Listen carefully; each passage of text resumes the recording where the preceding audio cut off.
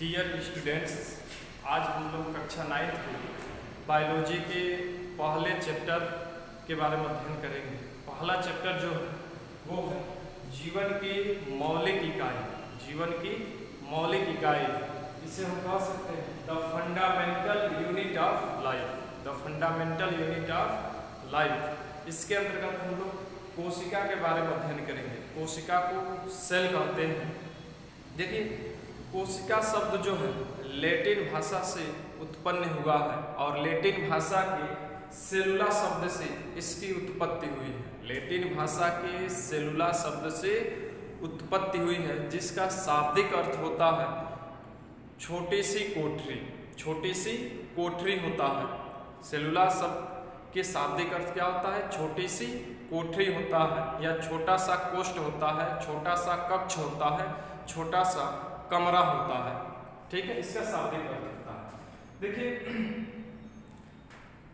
जिस प्रकार एक मकान को बनने के लिए एक एक ईंट आपस में मिलकर दीवार का रचना करते हैं और एक एक दीवार आपस में मिलकर एक कमरे की रचना करता है और एक एक कमरा मिलकर एक बड़े से मकान का निर्माण करता है।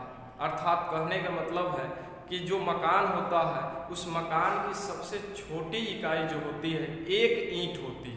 ठीक उसी प्रकार इस पृथ्वी पर पाए जाने वाले जितने भी जीवधारी होते हैं, समस्त जीवधारियों की शरीर जो है वो छोटी छोटी इकाइयों से मिलकर बना होता है।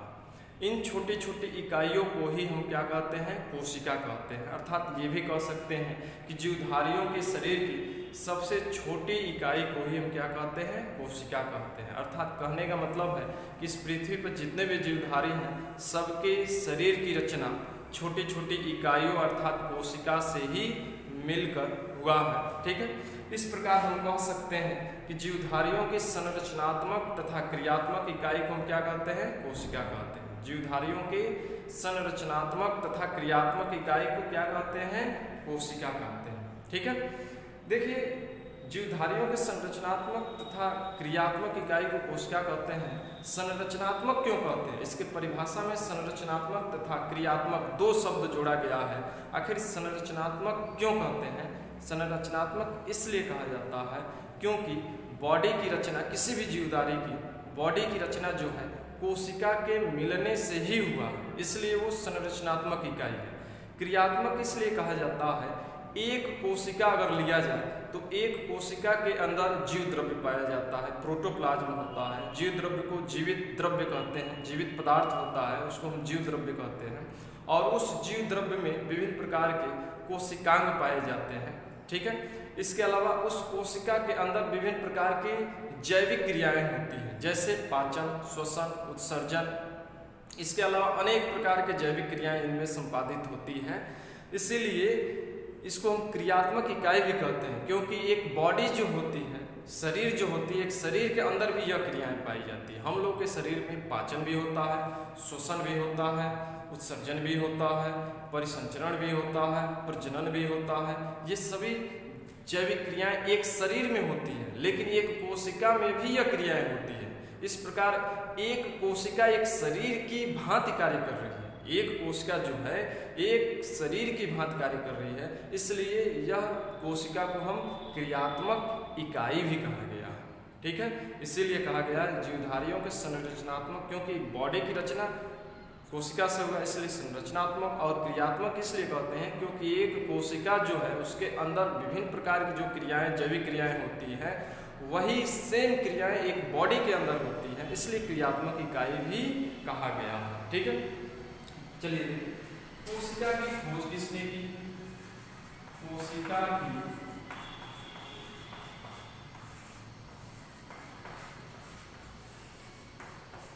खोज, कोशिका की खोज डिस्कवरी ऑफ सेल कहते हैं। Discovery of cell.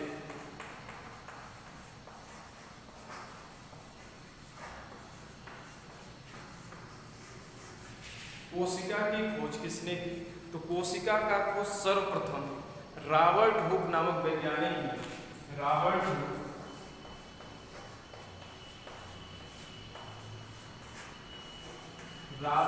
नामक वैज्ञानिक ने सन 1600 1965 ईस्वी में कोशिका की खोज की। रॉबर्ट हुक नामक वैज्ञानिक ने सन 1665 ईस्वी में कोशिका की खोज की और कोशिका को रॉबर्ट हुक ने जो देखा वह जो शीशी होती है, शीशी के जो कार्क होते हैं, कार्क मतलब ढक्कन होता है, पहले जो शीशी होती थी उस शीशी को ढक्कन लगाने के लिए लकड़ी के छोटे छोटे गुटके लगाए जाते थे।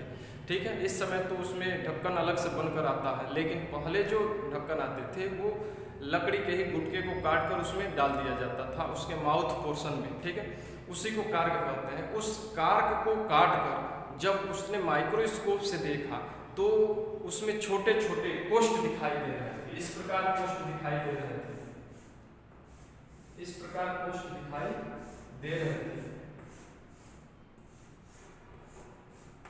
जब रॉबर्ट हुक ने कार्क को काटकर माइक्रोस्कोप से देखा तो इस प्रकार छोटे छोटे कक्ष, छोटे छोटे कोष्ठ दिखाई दे रहे थे। इसी को उन्होंने सेलुला कहा। इसी छोटे छोटे कोष्ठ को उन्होंने सेलुला कहा। बाद में इसी सेलुला को सेल शब्द के रूप में हम लोग प्रयोग किए और आज भी हम सेल के रूप में इस शब्द का प्रयोग करते हैं। ठीक है, देखिए जब इन्होंने कोशिका को देखा कार्क के माइक्रोस्कोप द्वारा तो वो निर्जीव कोशिका थी, उसमें जीव द्रव्य नहीं था, क्योंकि निर्जीव कोशिका जो होती है उसमें जीव द्रव्य नहीं पाया जाता है। उसके अंदर जो भी जीव द्रव्य के अंतर्गत आने वाले पदार्थ होते हैं वो भी नहीं पाए जाते हैं। ठीक है, तो वो निर्जीव कोशिका को ही देखा था और फिर उन्होंने जब कोशिका को देखा तो कोशिका से संबंधित बातों को एक पुस्तक में वर्णन किया जिसका नाम है माइक्रोग्राफिया। क्या नाम है? माइक्रोग्राफिया।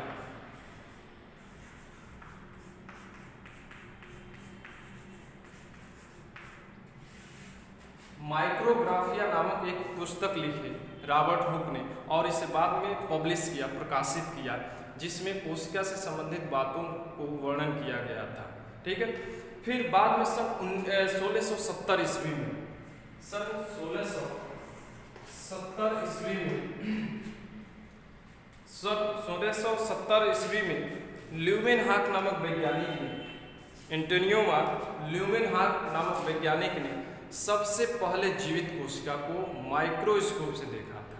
ठीक है, तो अगर पूछा जाए सबसे पहले जीवित कोशिका की खोज किसने की तो एंटोनियो ल्यूमेनहॉक ने किया था, जबकि सबसे पहले कोशिका की खोज किसने की थी तो रॉबर्ट हुक ने किया था। लेकिन जीवित कोशिका का खोज किसने किया था तो एंटोनियो ल्यूमेनहॉक नामक वैज्ञानिक ने सबसे पहले जीवित कोशिका की खोज की और यह जीवित कोशिका बैक्टीरिया था। क्या था? बैक्टीरिया, जो कि सबसे सूक्ष्म जीव है, बैक्टीरिया है। ठीक है, तो बैक्टीरिया की खोज एंटोनियो ल्यूमेनहॉक नामक वैज्ञानिक ने 1670 ईस्वी में खोज की।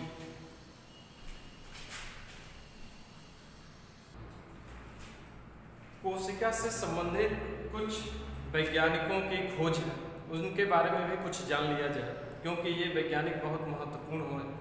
जो देखिए इसमें 1665 ईस्वी में रॉबर्ट हुक नामक वैज्ञानिक ने कोशिका की खोज की, जिसके बारे में अभी मैं बताया हूँ। 1670 ईस्वी में एंटोनियो ल्यूमेनहॉक, इनका पूरा नाम है एंटोनियो ल्यूमेनहॉक नाम है, लेकिन शॉर्टकट में ल्यूमेनहॉक भी लिखा जाता है। तो ल्यूमेनहॉक ने सबसे पहले जीवित कोशिका की खोज की। फिर 1671 ईस्वी में मार्सेलो मेलपिघी ने पादप कोशिका का अध्ययन किया, प्लांट सेल के बारे में अध्ययन किया। ठीक है, और 1838 ईस्वी में मैथियास स्लाइडेन महोदय ने सबसे पहले पादप कोशिका के बारे में अध्ययन किया और कोशिका सिद्धांत का प्रतिपादन किया। स्लाइडेन ने पादप कोशिका का अध्ययन किया और कोशिका सिद्धांत का प्रतिपादन किया। फिर 1839 ईस्वी में थियोडोर स्वान नामक वैज्ञानिक ने जंतु कोशिका के बारे में अध्ययन किया और कोशिका सिद्धांत का इन्होंने भी प्रतिपादन किया। ये दोनों मिलकर स्लाइडेन और स्वान दोनों वैज्ञानिकों ने मिलकर कोशिका सिद्धांत का प्रतिपादन किया।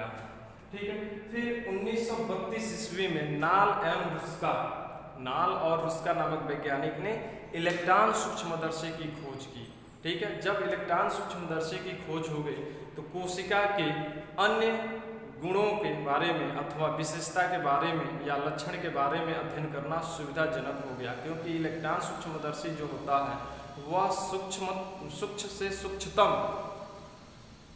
चीज़ों को दिखाने में, ठीक है, आसान कर देता है, ठीक है। तो ये नाम और उसका जो है, इन्होंने जब इलेक्ट्रॉन सूक्ष्मदर्शी की खोज की तो कोशिका के अध्ययन के बारे में और सुविधाजनक हो गया, ठीक है। अगला टॉपिक है, देखेंगे कोशिका सिद्धांत। अगली टॉपिक जो है कोशिका सिद्धांत है, सेल थ्योरी कहते हैं। कोशिका सिद्धांत क्या है? देखिए, सन 1838 ईस्वी में स्लाइडेन और 1839 ईस्वी में स्वान नामक वैज्ञानिक ने दोनों मिलकर एक सिद्धांत प्रतिपादित की। इसी सिद्धांत को हम कोशिका सिद्धांत कहते हैं। और इस कोशिका सिद्धांत में कोशिका से संबंधित कुछ महत्वपूर्ण बातें हैं जिनके बारे में हम लोग जानेंगे। तो पहली बात क्या है, कोशिका सिद्धांत में पहले बिंदु क्या है कि प्रत्येक जीवधारी जो होते हैं उनका शरीर कोशिका से मिलकर बना होता है, अर्थात जीवधारियों की संरचनात्मक इकाई जो होती है कोशिका होती है। जीवधारियों की संरचनात्मक इकाई क्या होती है? कोशिका होती है। यह जीवधारी एक अथवा बहुत से कोशिकाओं से मिलकर बने होते हैं, एक अथवा बहुत से कोशिकाओं से मिलकर उनकी बॉडी बनी होती है। पहली बिंदु ये थी। दूसरी बिंदु देखेंगे क्या है, पहली बिंदु हो गई। दूसरी बिंदु है कि कोशिका जो होती है यह जीवधारियों की क्रियात्मक इकाई होती है। कोशिका जीवधारियों की शरीर की क्रियात्मक इकाई होती है, अर्थात कहने का मतलब है कि जीवन संबंधी जो भी क्रियाएं होती हैं वो एक कोशिका के अंदर भी संपादित होती है। जीवन संबंधी जो भी क्रियाएं होती हैं वो कोशिका के अंदर भी संपादित होती है, जो कि एक बॉडी में भी ये क्रियाएं संपादित होती हैं, ठीक है। इस प्रकार कोशिका जीवधारियों की क्रियात्मक इकाई होती है। इन दोनों बातों को स्वान और स्लाइडन नामक वैज्ञानिक ने अपने कोशिका सिद्धांत में इन दोनों बातों को वर्णन किया था, लेकिन बाद में विर्चो नामक वैज्ञानिक ने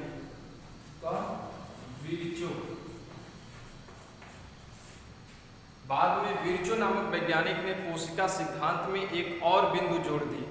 वो कौन सा बिंदु है कि कोशिकाएं जो जीवधारी के बॉडी की इकाई होती हैं उनमें विभाजन की क्षमता होती है, उनमें विभाजन की क्षमता पाई जाती है। अर्थात कहने का मतलब है कि प्रत्येक नई कोशिकाएं अपने पुरानी कोशिकाओं से उत्पन्न होती हैं। प्रत्येक नई कोशिकाएं अपनी पुरानी कोशिकाओं से क्या होती हैं? उत्पन्न होती है, अर्थात कोशिकाओं में विभाजन की क्षमता पाया जाता है। देखिए, प्रत्येक हम सभी जानते हैं इस पृथ्वी पर जो भी जीवधारी जन्म लिया है उसका एक न एक दिन मृत्यु हो जाएगा।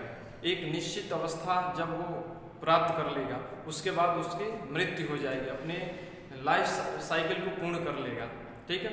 तो मरने से पहले प्रत्येक जीवधारी अपने अगले पीढ़ी को, अपने अगले संतानों को जन्म देकर मरता है। ठीक उसी प्रकार कोशिकाएं जो होती हैं जब ओल्ड होती हैं, पुरानी होती हैं, तो पुरानी होने से पहले नई कोशिकाओं को उत्पन्न कर तब जाकर पुरानी कोशिकाएं नष्ट होती हैं। इसी क्रिया को हम कोशिका विभाजन कहते हैं। इसी क्रिया को क्या कहते हैं? कोशिका विभाजन कहते हैं। और इस बात को विर्चो नामक वैज्ञानिक ने सिद्ध किया था कि प्रत्येक नई कोशिकाएं अपने पुरानी कोशिकाओं से उत्पन्न होती हैं। इस प्रकार कोशिका सिद्धांत में, सेल थ्योरी में मुख्य रूप से अगर देखा जाए 3 बिंदु है। एक तो संरचनात्मक क्रियाएं, एक तो क्रियात्मक क्रियाएं और दूसरा जो है विभाजन की क्षमता। कोशिका सिद्धांत में यही 3 महत्वपूर्ण बातें हैं। अगला टॉपिक देखेंगे, अगला है कोशिका के प्रकार, काइंड्स ऑफ सेल। कोशिका के प्रकार हैं। देखिए, कोशिका अगर देखा जाए कई प्रकार के होते हैं। कोशिका हम यहाँ पे आप लोग को मुख्य रूप से 2 भाग में बांटे हैं। कोशिका को संख्या के आधार पर और केंद्रक के आधार पर। कोशिका को संख्या के आधार पर 2 भाग में बांटे हैं, एक कोशिकी और बहुकोशिकी। एक कोशिकी और बहुकोशिकी, यूनिसेलुलर और मल्टी सेलुलर कहते हैं इंग्लिश में, यूनिसेलुलर और मल्टी सेलुलर। देखिए केंद्रक के आधार पर कोशिकाएं जो होती हैं मुख्य रूप से दो प्रकार की होती हैं, एक प्रोकैरियोटिक और एक होता है यूकैरियोटिक। ठीक है, प्रोकैरियोटिक और यूकैरियोटिक, हम एक एक के बारे में अध्ययन करेंगे। देखिए एक कोशिकी क्या होता है, एक कोशिकी किसे कहेंगे, तो देखिए वे जीव जिनका शरीर एक ही वे जीव जिनका शरीर एक ही कोशिका से मिलकर बना होता है। ठीक है, ऐसे जीवों को हम एक कोशिकीय जीव भी कहते हैं। ठीक है, और ऐसे कोशिका को एक कोशिकी कहते हैं। ठीक है, तो ये देखेंगे इसके अंतर्गत कौन कौन से आएंगे। इसके अंतर्गत प्रोटोजोआ के मुख्य रूप से जो सदस्य होते हैं वो एक कोशिकीय होते हैं, जैसे पैरामीशियम, यूग्लिना, इसके अलावा अमीबा मुख्य रूप से एक कोशिकीय होते हैं। पैरामीशियम, यूग्लिना और अमीबा एक कोशिकीय होते हैं। बहुकोशिकीय देखिए, बहुकोशिकीय वे जीव जिनका शरीर बहुत सी कोशिकाओं से मिलकर बना होता है। ठीक है, उन्हें हम बहुकोशिकीय कहेंगे। ठीक है, तो इसके अंतर्गत कौन कौन से आ जाएंगे, तो इनके अंतर्गत जो प्रोटोजोआ के सदस्य हैं उनको छोड़कर शेष जितने भी सदस्य हैं वो बहुकोशिकीय के अंतर्गत आते हैं। ठीक है, जैसे मानव है, स्तनधारी के जितने सदस्य हैं सभी बहुकोशिकीय होते हैं, पक्षी हैं, सरीसृप हैं, ये सभी बहुकोशिकीय होते हैं। उभयचर है, ठीक है, केचुआ है, केचुआ भी बहुकोशिकीय ही है। ठीक है, फीता कृमि है, ये भी बहुकोशिकीय है। तो बहुकोशिकीय के अंतर्गत बहुत से जीवधारी आते हैं। ठीक है, तो ये संख्या के आधार पर आप लोग बताए हैं कि कोशिकाएं कितने प्रकार की होती है, एक कोशिकीय और बहुकोशिकीय। एक कोशिकीय जो जीव होते हैं बहुत सरलतम प्रकार के होते हैं। ठीक है, उनकी बॉडी की बनावट ही बहुत सरलतम प्रकार की होती है और उनके कोशिका के अंदर होने वाले समस्त जैविक क्रियाएं जो होती है वो भी बहुत ही सरलतम प्रकार की होती है। जबकि बहुकोशिकीय के अंतर्गत आने वाले जो भी जीव होते हैं और इनके अंदर जो भी जैविक क्रियाएं होती हैं वो जटिलतम प्रकार की होती हैं और बनावट भी जो होता है जटिलतम प्रकार की होती है। ठीक है, देखिए केंद्रक के आधार पर कोशिकाओं को दो भागों में हम यहाँ बांटे हैं, एक प्रोकैरियोटिक और एक यूकैरियोटिक है। तो प्रोकैरियोटिक क्या होते हैं, देखिए वह कोशिका जिसमें केंद्रक पूर्ण रूप से विकसित नहीं होता है, वह कोशिका जिसमें केंद्रक पूर्ण रूप से विकसित नहीं होता है। ठीक है, तथा उनके अंदर पाए जाने वाले जो भी कोशिकांग होते हैं वो अनुपस्थित होते हैं। क्या होते हैं, अनुपस्थित होते हैं या अनडेवलप्ड होते हैं, अविकसित होते हैं।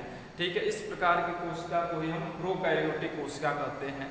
इसे हम आद्य कोशिका भी कहते हैं, प्रिमिटिव सेल भी कहा जाता है, आद्य कोशिका। ठीक है, अगर और संक्षिप्त में कहें तो प्राचीनतम कोशिका। अगर इस पृथ्वी पर देखा जाए सबसे पहले अगर कोशिका की रचना हुई, कोशिका बना, ठीक है, तो सबसे पहले प्रोकैरियोटिक कोशिका ही बना। ठीक है, तो वे कोशिका, ठीक है, जिनमें केंद्रक पूर्ण रूप से विकसित नहीं होते हैं। ठीक है, अर्थात केंद्रक नहीं पाई जाती है, सॉरी केंद्रक कला नहीं पाई जाती है, केंद्रक कला अनुपस्थित होता है, अथवा ये भी कह सकते हैं केंद्रक नहीं पाई जाती है। ठीक है, और कोशिकांग भी अनुपस्थित होते हैं, ऐसी कोशिका को हम प्रोकैरियोटिक कोशिका कहते हैं। ठीक है, इसके अंतर्गत कौन कौन से जीव आते हैं, तो प्रोकैरियोटिक के अंतर्गत नीले हरे शैवाल आते हैं और बैक्टीरिया। याद रखिएगा प्रोकैरियोटिक के अंतर्गत मात्र दो ही, एक बैक्टीरिया होते हैं और कौन होते हैं, नीले हरे शैवाल, जो साइनोबैक्टीरिया भी कहा जाता है नीले हरे शैवालों को। दूसरा देखेंगे यूकैरियोटिक कोशिका, तो ऐसी कोशिका जिसमें केंद्रक पूर्ण रूप से क्या होता है, विकसित होता है, पूर्ण रूप से विकसित होता है, वेल डेवलप्ड होता है। ठीक है, और केंद्रक कला पाई जाती है, केंद्रक कला पाई जाती है तथा कोशिकांग भी उपस्थित होते हैं। ठीक है, और पूर्ण विकसित होते हैं, ऐसे कोशिका को हम क्या कहते हैं, यूकैरियोटिक कोशिका कहते हैं। ठीक है, इसके अंतर्गत कौन कौन से जीव आते हैं, तो देखेंगे इसके अंतर्गत बैक्टीरिया और नीले हरे शैवाल को छोड़कर शेष समस्त जीवधारी जो होते हैं उनकी बॉडी यूकैरियोटिक कोशिका से मिलकर बनी होती है। तो देखेंगे इसमें हम एक शब्द बताए हैं कि प्रोकैरियोटिक कोशिका में केंद्रक कला नहीं पाई जाती है, जबकि यूकैरियोटिक कोशिका में केंद्रक कला पाई जाती है। अगर मान लिया ये कोशिका है, देखिए ये बैक्टीरिया कोशिका है, बैक्टीरिया कोशिका में देखेंगे एक सामान्य कोशिका जो होती है, सामान्य कोशिका में उसके अंदर केंद्रीय भाग में एक गोल संरचना पाई जाती है, एक गोल संरचना पाई जाती है, ये गोल संरचना होती है। इस गोल संरचना को हम केंद्रक कहते हैं, न्यूक्लियस कहते हैं। तो अगर प्रोकैरियोटिक कोशिका होगा तो यह केंद्रक नहीं पाया जाएगा। केंद्रक क्या होगा? केंद्रक अनुपस्थित होगा अथवा केंद्रक कला नहीं पाया जाएगा। ठीक है। अगर यूकैरियोटिक कोशिका है तो यूकैरियोटिक कोशिका अगर मान लिया जाए प्लांट कोशिका है, प्लांट कोशिका है तो इसके केंद्रीय भाग में अगर ये यूकैरियोटिक कोशिका है, यहाँ प्लांट कोशिका हम बनाए हैं तो उसके केंद्रीय भाग में एक गोल संरचना होता है, एक गोल पिंड जैसी संरचना होता है जिसको हम न्यूक्लियस कहते हैं, केंद्रक कहते हैं। तो यूकैरियोटिक कोशिका में ये पाई जाती है और केंद्रक कला भी होती है। ठीक है। तो ये प्रोकैरियोटिक कोशिका और यूकैरियोटिक कोशिका है। आज के लिए बस इतना, फिर अगले वीडियो अगले दिन भेजेंगे।